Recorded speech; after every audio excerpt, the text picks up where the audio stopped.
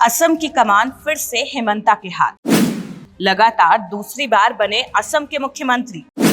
4 विधायकों ने भी ली मंत्री पद की शपथ। हेमंता बिस्वा शर्मा लगातार दूसरी बार असम के मुख्यमंत्री बने हैं। गुवाहाटी के खानपारा कॉलेज ग्राउंड में शपथ ग्रहण कार्यक्रम में गवर्नर लक्ष्मण आचार्य ने उन्हें पद और गोपनीयता की शपथ दिलाई। हेमंता के अलावा 4 विधायकों ने भी मंत्री पद की शपथ ली। इनमें से 2 बीजेपी और 2 सहयोगी दलों से हैं। वहीं शपथ कार्यक्रम में पीएम मोदी, गृह मंत्री अमित शाह, रक्षा मंत्री राजनाथ सिंह समेत बीजेपी और एनडीए शासित राज्यों के सीएम और कई केंद्रीय मंत्री मौजूद रहे। हेमंता का पूरा परिवार भी कार्यक्रम के दौरान मौजूद रहा। हेमंता शर्मा कैबिनेट में बीजेपी के 2 और सहयोगी दलों से 2 मंत्री शामिल हो गए हैं। वहीं अब असम की राजनीति में एक बार फिर से हेमंता बिस्वा शर्मा का दौर चलेगा। लगातार दूसरी बार मुख्यमंत्री पद की शपथ के साथ उन्होंने साबित कर दिया कि पूर्वोत्तर की राजनीति में उनका प्रभाव सिर्फ चुनावी नहीं बल्कि रणनीतिक भी है।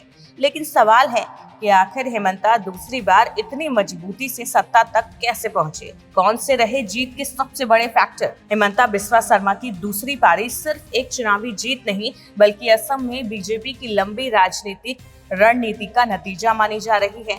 कांग्रेस से निकलकर बीजेपी में आए हेमंता ने पिछले कुछ सालों में खुद को असम की राजनीति के सबसे प्रभावशाली चेहरे के रूप में स्थापित किया। उनकी वापसी के पीछे कई सबसे बड़े फैक्टर रहे।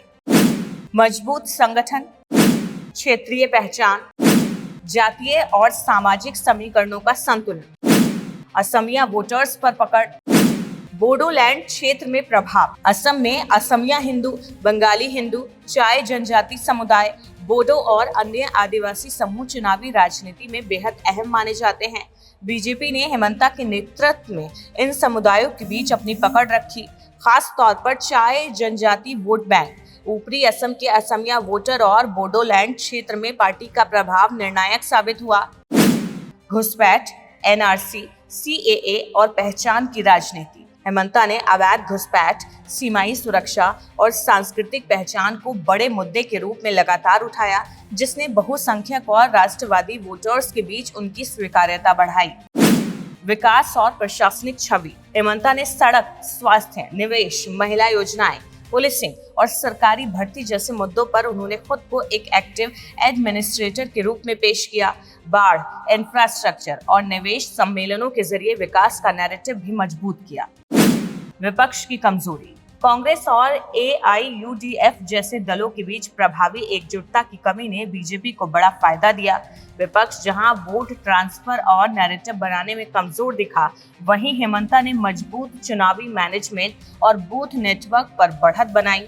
राजनीतिक विश्लेषकों के मुताबिक हेमंता की शैली सिर्फ हिंदुत्व या पहचान की राजनीति तक सीमित नहीं रही, बल्कि उन्होंने प्रशासनिक सक्रियता, तेज फैसले और क्षेत्रीय आकांक्षाओं को भी जोड़ा। यही वजह रही कि बीजेपी ने उन्हें असम ही नहीं पूरे पूर्वोत्तर में रणनीतिक चेहरा बनाया। हेमंता बिस्वा शर्मा की दूसरी ताजपोशी ये बताती है कि असम में चुनाव सिर्फ सत्ता का नहीं बल्कि पहचान, संगठन, विकास और सामाजिक समीकरणों के संतुलन का खेल है।